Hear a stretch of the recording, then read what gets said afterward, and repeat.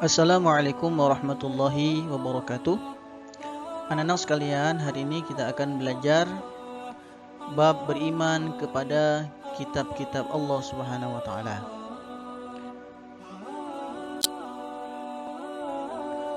Adapun peta konsep yang akan kita bahas pada pertemuan kali ini adalah yaitu kita akan membahas tentang 4 kitab-kitab Allah yang diturunkan kepada umat manusia. Mulai dari kitab Taurat yang diturunkan kepada Nabi Musa, yang diturunkan di Mesir untuk Bani Israel, yang berisi 8 larangan dan 2 perintah. Kemudian kitab Zabur diturunkan kepada Nabi Daud, turun di Darussalam untuk Bani Israel, berisi tentang pujian kepada Allah, zikir doa, nasihat dan hikmah. Kemudian kitab Injil diturunkan kepada Nabi Isa alaihissalam, turun di Yerusalem untuk Bani Israel, berisi tentang tuntunan hidup zuhud dan isi kitab-kitab sebelumnya.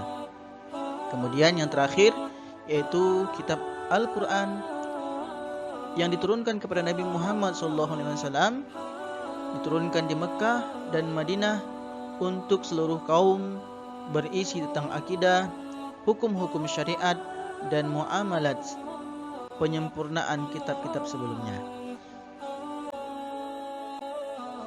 Beriman kepada kitab-kitab Allah artinya kita percaya bahwa Allah Subhanahu wa taala telah menurunkan kitab-kitab suci sebagai petunjuk dan penuntun umat manusia. Pengertian beriman kepada kitab Allah. Iman artinya percaya dengan sepenuh hati. Sedangkan iman kepada kitab Allah artinya mempercayai bahwa Allah Subhanahu wa taala telah menurunkan beberapa kitab kepada para rasulnya yang berfungsi sebagai penuntun kepada umat manusia dalam menjalani kehidupannya. Setiap orang yang beriman kepada Allah wajib beriman kepada kitab-kitab Allah. Sedangkan tujuan diturunkannya kitab-kitab Allah yaitu agar manusia beribadah kepada Allah Subhanahu wa taala semata, tanpa menyekutukannya dengan sesuatu apapun. Nah, sekarang kita akan membahas kandungan kitab-kitab Allah. Yang pertama, kitab Taurat. Pokok ajaran yang ada dalam kitab Taurat itu berisi tentang akidah atau tauhid, mengesahkan Allah, dan hukum-hukum syar'i atau yang dikenal dengan 10 perintah Tuhan, yaitu berisi 8 larangan dan 2 perintah, yaitu yang pertama, jangan ada padamu ilah lain di hadiratku. Yang kedua, jangan membuat patung ukiran, dan jangan pula menyembah patung karena aku Tuhan Allahmu. Yang ketiga, jangan kami menyebut Tuhan Allah dengan sia-sia. Berikutnya adalah, ingatlah kamu akan hari Sabat supaya kamu sucikan dia. Berilah hormat kepada bapa ibumu, jangan membunuh sesama manusia, larangan berbuat zina, larangan mencuri, larangan menjadi saksi palsu, dan larangan berkeinginan memiliki hak orang lain. Kandungan kitab Zabur. Isi kandungan kitab Zabur berisi kumpulan pujian-pujian kepada Allah atas segala nikmatnya.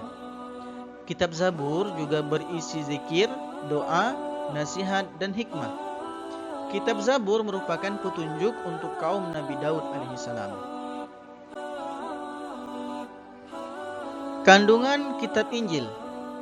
Isi kandungan kitab Injil adalah ajaran untuk hidup dengan zuhud. Karena pada masa itu orang-orang Yahudi sedang dilanda kerakusan dan ketamakan kepada harta. Isi kandungan kitab Injil sama dengan kitab-kitab sebelumnya. Namun, sebagian menghapus hukum-hukum yang tertera di kitab Taurat yang tidak sesuai di masa itu.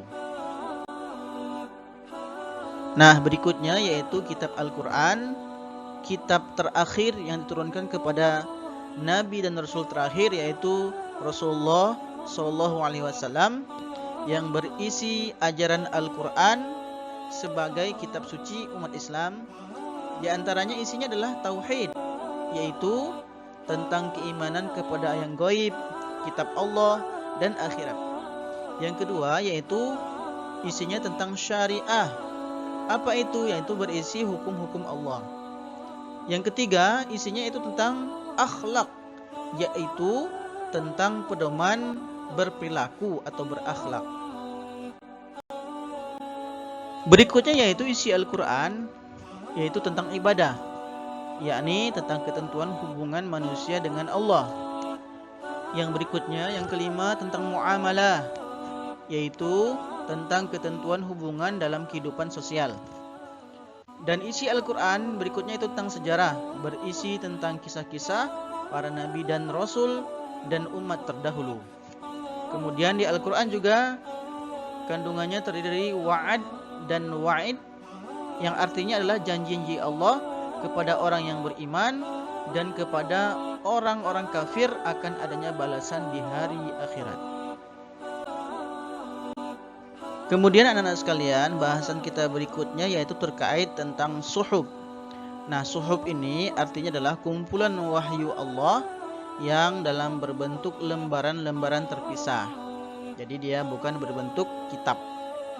Kemudian suhuf itu diberikan kepada Nabi dan Rasul Allah yang berisi hukum dasar sebagai pedoman untuk menyiarkan agama kepada umatnya. Suhuf diturunkan oleh Allah seperti kepada Nabi Ibrahim dan Nabi Musa. Dalam surat Al-A'la ayat 18-19, suhufi Ibrahim wa Musa. Nabi yang menerima suhuf di antara lain Nabi Adam alaihissalam menerima 10 suhuf. Nabi Ibrahim alaihissalam menerima 30 suhuf. Nabi Sid itu menerima 50 suhuf, dan ini nabi yang bukan terkategori rasul ya. Jadi Nabi Sid ada namanya Nabi Sid. Kemudian ada Nabi Musa alaihissalam menerima 10 suhuf sebelum diturunkannya kitab Taurat. Beriman kepada kitab Allah berarti suatu keyakinan dengan sepenuh hati bahwa Allah benar-benar telah menurunkan wahyunya kepada para rasul pilihan sebagai petunjuk dan pedoman bagi kehidupan manusia agar manusia senantiasa bahagia dunia dan akhirat. Sekarang bagaimana cara-cara beriman kepada kitab-kitab Allah? Cara beriman kepada kitab suci Allah meliputi hal-hal berikut ini. Yaitu yang pertama, kita beriman dan meyakini bahwa kitab-kitab suci tersebut diturunkan dari sisi Allah Subhanahu wa taala. Yang kedua, beriman dan mempercayai nama-nama kitab suci yang telah kita ketahui itu. Kemudian yang ketiga, meyakini kebenaran informasi yang terkandung di dalamnya dan mengamalkan kitab yang terakhir yaitu Al-Quran yang telah menghapus dan menyempurnakan kitab-kitab sebelumnya. Berikutnya bagaimana sikap orang yang beriman kepada kitab-kitab Allah? Yang pertama, manusia akan mengakui keterbatasannya sehingga dalam menjalani kehidupannya mereka tidak sombong. Yang pertama, kita tidak boleh sombong.